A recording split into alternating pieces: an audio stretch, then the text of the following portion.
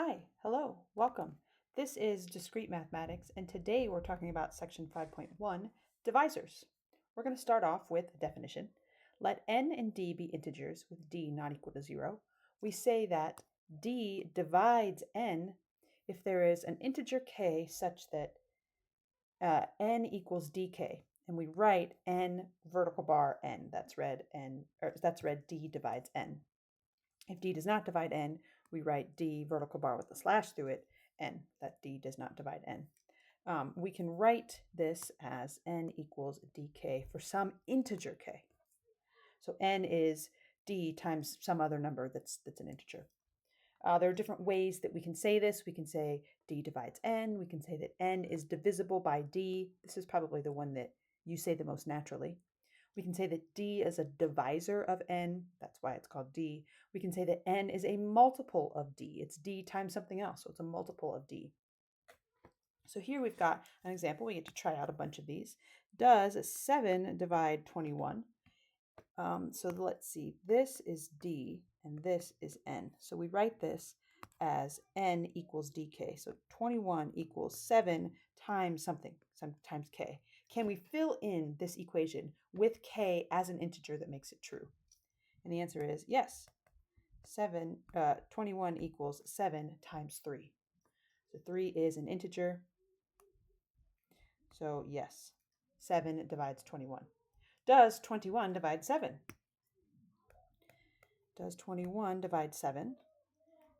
Let's see, this is d and this is n, so we can write this one as 7 equals 21 times k. So can I write this so that k is an integer? And the answer is no. K would be not an integer. So no. 21 does not divide 7. What about negative 42? Does 7 divide negative 42? Throwing in a negative number. Well, if negative 42 is equal to 7 times some number, where that number is a k. Let's see, 7 times negative 6. It doesn't say up here that k has to be a positive integer, just an integer. Negative 6 is an integer. So yes, 7 divides negative 42. What about 0? Does 0 divide 0? Well, could I write 0 as 0 equals 0 times k? I think I could. I could write 0 equals 0 times 0. But up here it says d cannot be 0. So here, this one is d. So it's not applicable. This definition does not apply because d is 0. So this one is a no. D cannot be 0.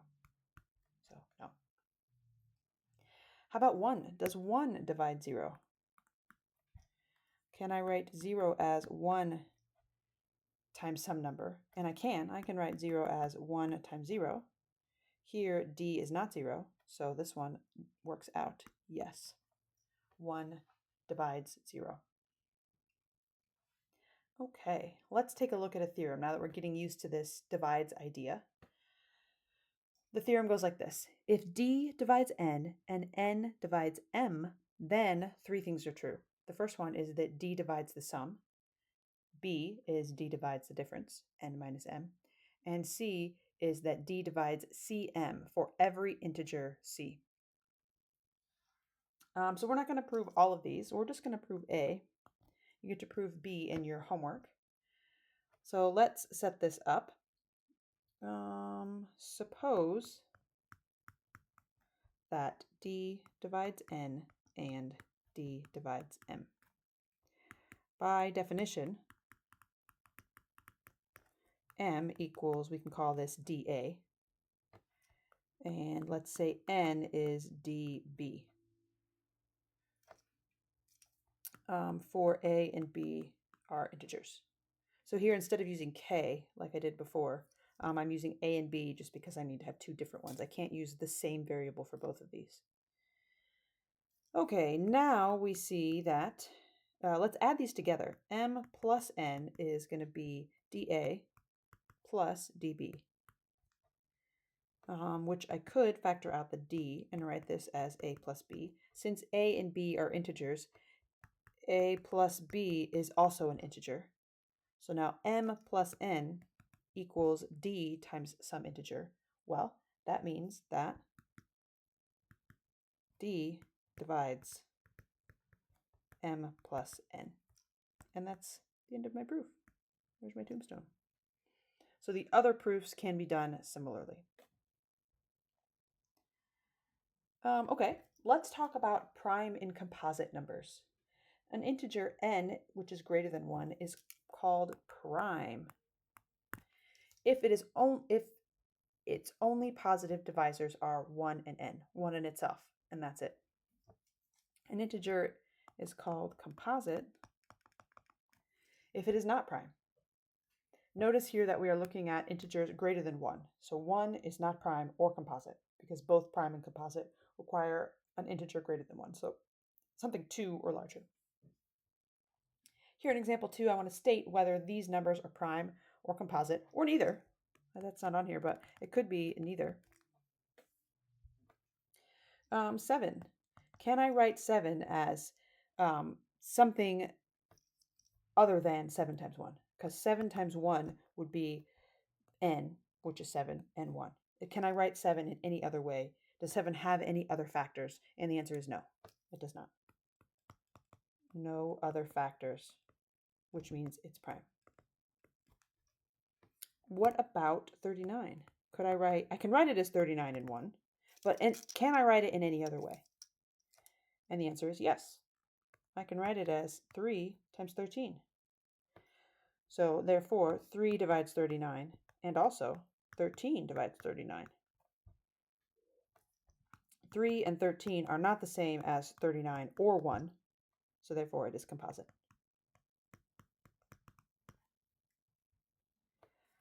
Last one, negative 4.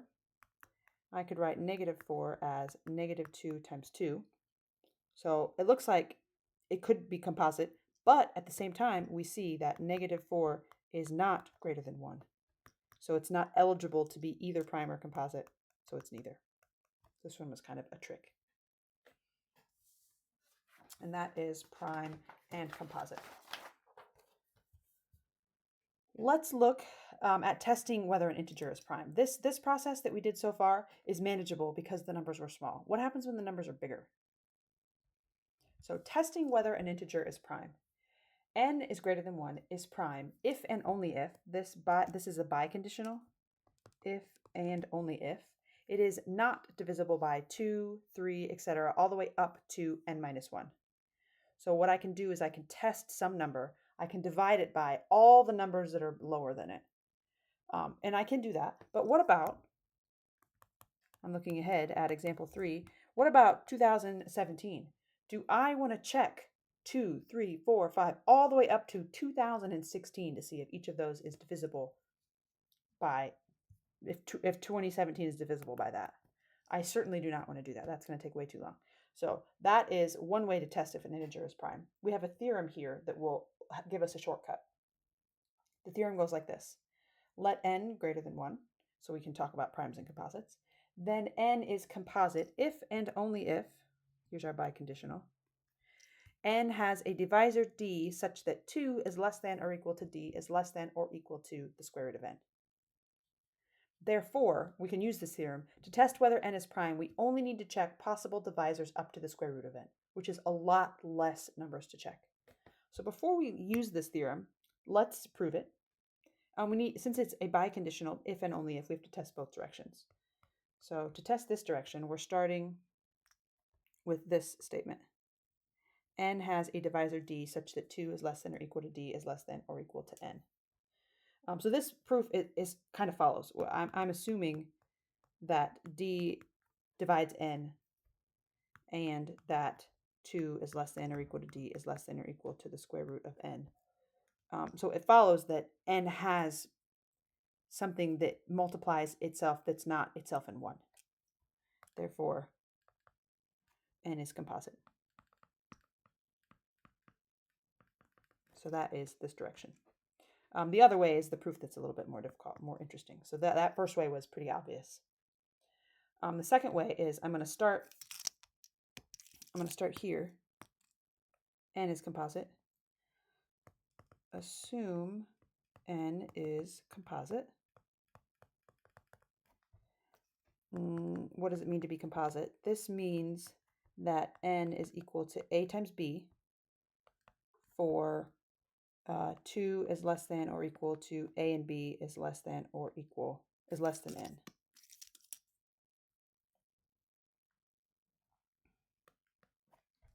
So composite means there are two numbers that can't be 1 because the two numbers that multiply to be n have to be something other than 1 and itself.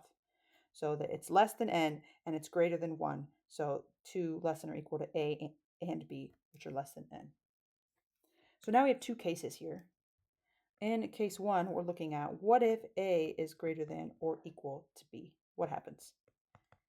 Well, then b squared is less than a times b because a is bigger, so b times b is going to be less than a times b.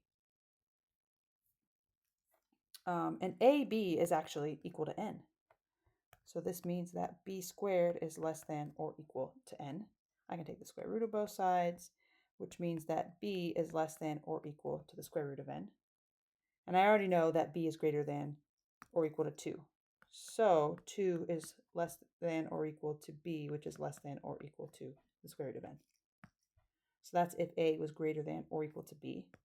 The other case is that b can be bigger. B can be greater than or equal to a. Then I'm going to do this whole thing again. Then a squared is less than or equal to a times b, which is the same thing as n.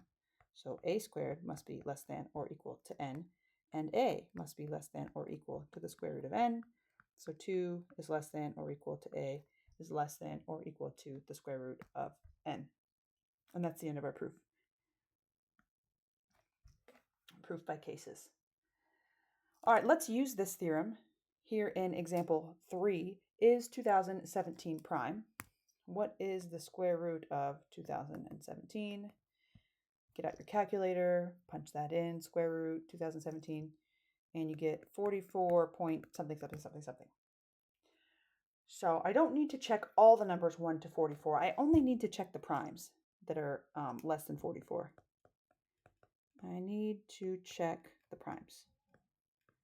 So here's my list of prime numbers to check. 2, 3, 5, 7, not 9, 11, 13, 17, 19, 23, 29, 31, 37, 41, 43, and that's it. So I need to check all of these primes. So I'll do 2017 divided by 2, and I'll find out that 2 does not divide 2017. What about 3? Does 3 divide 2017? No. If you haven't heard this trick, hopefully you'll find it interesting. In order to find out whether a number is divisible by 3, you add up all the digits. So this is 7 plus 1 plus 0 plus 2 is 10. And I guess you can keep going. 10 plus 0 is 1. And if that number, that sum of the digits is divisible by 3, then the number is divisible by 3. This one, not divisible by 3. And you can keep going. 5 does not divide 2017. You go all the way up to 43, and 43 does not divide 2017. So therefore, 2017 is prime. So this is a lot less work, certainly less work than checking the numbers 2 through 2016. That's a ton of numbers. And so this is much fewer than that. Okay, let's talk about the fundamental theorem of arithmetic. This theorem says, every integer greater than 1 can be written as a product of primes. This factorization is unique except for the order of the factors. So here we can write n is equal to p1 times a to the power a1, p2 to the power a2, all the way up to pk to the power ak, where all the p's are distinct prime numbers, so they're all different prime numbers, and the a's are all positive integers. So this is a prime factorization, and I want to use this here in example 4. I want to find the prime factorizations of 360, 24, and 7. Let's maybe start with the lowest one first. 7 is a prime number. We talked about this already. So I can write it as 7 to the first power. And that's pretty much it. This one is really quite boring because there's not anything else going on. All right, let's take a look at 24. This is slightly more exciting. 24. As I think about factors of 24, I think about, let's see, 6 and 4. So that's 2 and 3 and 2 and 2. So how many 2's do I have? 1, 2. I have 3 2's. 2 to the third power times 3 to the first power. So this 2 and 3, these are the P1 and P2s. Oh, there's only 2 of them this time. And then the 3 and the 4, that's the A in the exponent. So 24 can be written as 2 cubed times 3 to the first power. There's no other way to write this prime factorization except for changing the order. I could do 3 to the first times 2 cubed. Because multiplication is commutative, I can change the order that I write things in, but this is the only way to write it aside from that order switch. The standard way to write the order is to have the lowest P first, and then the second next P, and then the third next P. So that would be basically in this order that we're seeing up here. 2, and then any exponent, 3, any exponent, etc. All right, 360, let's work on that one. Let's see, 360 is going to be 36 and 10. 36 is 6 and 6, which each of these 6s is 2 and 3. And 10 is 5 and 2. So how many 2's do I have? 3 2's. So this is 2 to the third power. And I have 2 3's times 3 squared. And I have 1 5 times 5 to the first power. This is the prime factorization of 360.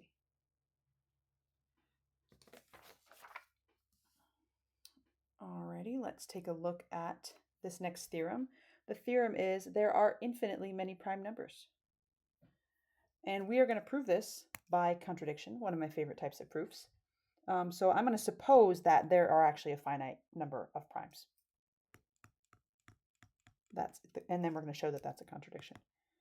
Suppose there is a finite number of prime numbers.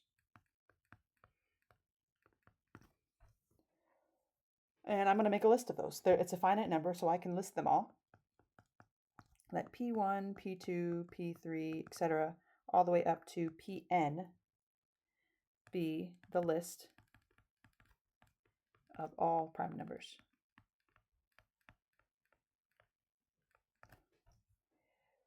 And I'm going to let n, capital N, be the product of all of these. P1 times P2 times all the way up to times Pn plus 1. So I'm multiplying all those prime numbers together, and then I'm going to add 1 to that. Then n is not divisible by any of those prime numbers, P1 all the way up to Pn, because I multiplied all those together, and then I added 1 to that. So it's not going to be divisible by any of these. The remainder, if I would do a division by any of these prime numbers, would be 1. That's the one that I added. So n must be prime. If it's not divisible by any of the prime numbers, then it has to be prime, because we can't break up any number into a product of its primes. And if none of those are a product of the primes, then it has to be prime itself. So n must be prime. Since P1 to Pn is the list of all the primes less than or equal to P, because in order to get less than or equal to Pn, n must be greater than Pn. Because I took all the P's and I multiplied them together, and then I added 1. So it's going to be bigger than Pn. And this is our contradiction, because we had the list of all of our primes, and now I'm seeing I actually have a prime number that's bigger than all of the ones that I have listed. This is a contradiction. Hence, my original statement must be false. And my original statement was there's a finite number of primes, so there must be an infinite number of primes. Hence, there is an infinite number, are an infinite number, are infinitely many prime numbers. And that is the end of my proof. Okay, let's take a look at a couple more ideas. The first one is the greatest common divisor. Here's our definition. For integers m and n, which are both not 0, the greatest common divisor is the largest positive integer that divides both m and n. And we use this notation, GCD mn. So I want to find the GCD of 30 and 24. So let's make, it's the greatest common divisor. So let's make a list of all of the divisors of each of these, and then we can find the greatest one. Let's see, 30 is 10 and 3, which is 5 and 2. So 30, the divisors are 1 and 30. Maybe I'll do a list like this, 1 and 30, also 2 and 15, 3 and 10, 5 and 6. Those are all divisors. How about 24? 24 is 1 and 24.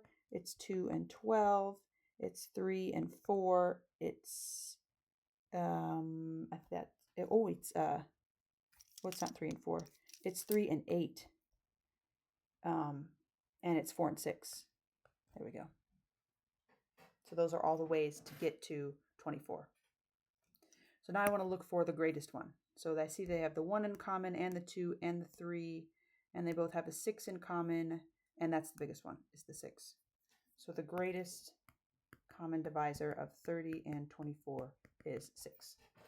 Now this was kind of a lot of work because I had to write down all the divisors, so all the different 2 numbers that I can multiply together to get to each of these. So that was kind of a lot of work. So let's take a look at this theorem.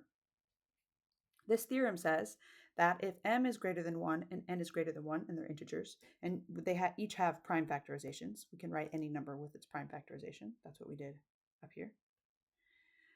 Then the greatest common divisor is the minimum exponent of the p, of each unique p. So let's take a look at that theorem in action. Let's come over here. And okay, I'm going to do 30. I want to write its prime factorization. 30 is 2 and 3 and 5. So 2 to the first power times 3 to the first power times 5 to the first power. 24 is 8 and 3, and 8 is 2 cubed. So 2 cubed times 3 to the first power. I could also write times 5 to the 0 power if I wanted to write a 5 there as well, just so it would match. And then what I'm going to do is I'm going to pick the minimum exponent from each of these. So that's going to be this one, because 1 is less than 3. These are both the same, so it doesn't really matter. So I'll pick this one. And then I wrote this 5 here because I'm taking this one. 5 to the 0 power is just 1. So you can think about it as, oh, I'm doing the one that's 0 power. Or you can think about it as, this one doesn't have the 5, and I only do the ones that they have in common, whichever way you like to think about it. So my greatest common divisor of 30 and 24 is going to be 2 to the first power times 3 to the first power, which is 6. So we were able to get the same answer with a lot less work.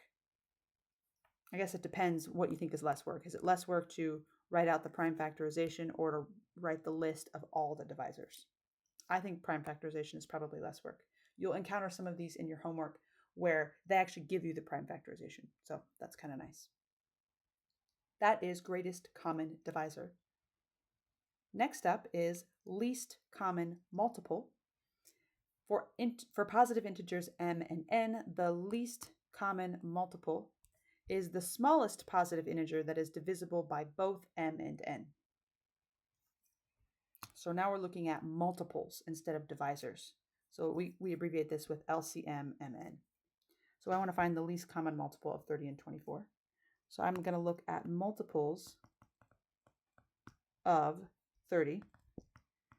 So that would be 30, 60, 90, 120, 150, 180, 210. I could keep going, but hopefully I have enough written down. 24 is 24, 48, 72, 96, 120, 144, etc. And so I'm looking for, do I have one that matches yet? The least one. So as I'm looking through this list, I see a 120 and a 120.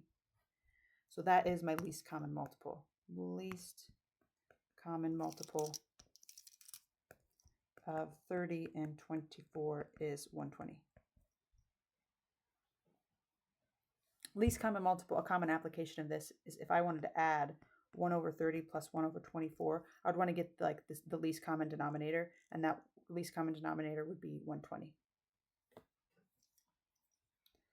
Okay, just like we had with the last one, making this list of multiples is a little bit tedious, so we have a theorem that involves the prime factorization. And this theorem should look very familiar. I'm using those same prime factorizations as the last theorem, except instead of the minimum value, I'm picking the maximum value. So let's take a look at that. So here's that theorem over here. 30, I already wrote this down as 2 to the first times 3 to the first times 5 to the first, and 24 is 2 cubed times 3 to the first. I'll write the 5 to the 0. So I want the largest exponent now. So that's this one. And again, it doesn't matter between these two. I'll pick this one and then this one. So the LCM of 30 and 24 is 2 cubed times 3 times 5, which is 120. So another benefit is if you of this using either of these theorems is if you want to find both the LCM and the GCD, you get to do the prime factorization once, and then you can very easily find both. And that is what we're going to do in example 7. Here we are at example 7. Find the GCD and LCM of the following numbers. This is 82,320, and look, very handy, we have the prime factorization. And 950,796, again, we have the prime factorization there for us. That saves us a lot of time. The GCD is the smallest ones. So I'll use yellow. Let's see, 2 and 2, I'm going to do 2 squared, 3 squared, and 3 to the 1, I'm going to do 3. 5 is not in both of them, so I'm not going to include the 5. And then 7 is in both of them, so I'm going to include this 7. I made that mark and I don't want it, but I got rid of the wrong one now. There we go. And then 11 is not in both. So I'm looking at 2 squared times 3 times 7 cubed, which is, you can punch that one into your calculator. It's 4 times 3 times, oh gosh, 7 cubed is 343. 4116. And least common multiple is going to be all the big ones. So that's this one, and I am going to include the 5 and the 7 and the 11. So let's see. Oh, and the 3 squared. I forgot that one. Sorry about that. So this is going to be a big number. 2 to the 4th times 3 squared times 5 times 7 to the 4th times 11, which is 19,015,920. Okay, last theorem. For positive integers m and n, m times n is the same as the GCD times the LCM. So we're going to try that out here with 12 and 32. 12 is 2 squared times 3, 4 times 3. And 32 is 2 to the 5th power. The GCD is 2 squared, which is 4. And the LCM is 2 to the 5th times 3 to the 1st, which is 32 times 3, 96. So 4 times 96, that's the GCD times the LCM, is 384. Let's check. What is 12 times 32? That is also 384. So these two are the same. That is what our theorem says. This is not a formal proof of our theorem, but we did give one example of where this theorem works. All right, and that is the end of this section. I will see you next time.